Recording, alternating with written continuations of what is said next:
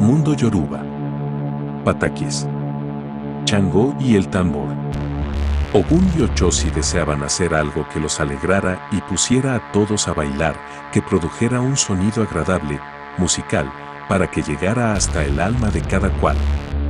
Por eso fueron a ver a Osain, en busca de que éste les aconsejara cómo fabricar un instrumento que produjera los sonidos que ellos deseaban. Osain, que conoce todos los palos del monte, sus usos y propiedades, les indicó que debían cortar un cedro de regular tamaño y luego ahuecarlo.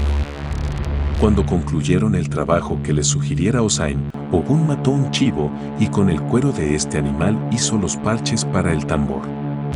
Ambos se pusieron a tocarlo, pero no lograban sacarle un sonido agradable.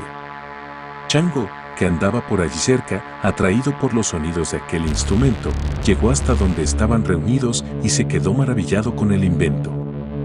«Me dejan probar a mí», dijo con su voz fuerte, pero con cierto temor a que los otros, que lo miraron desconfiados, se negaran. «Bueno», dijo Ochosi, «yo no tengo inconveniente».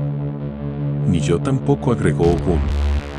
Entonces el oricha del rayo y el trueno comenzó a tocar el instrumento con tal maestría que los presentes se pusieron a bailar y mucha gente acudió al llamado del tambor.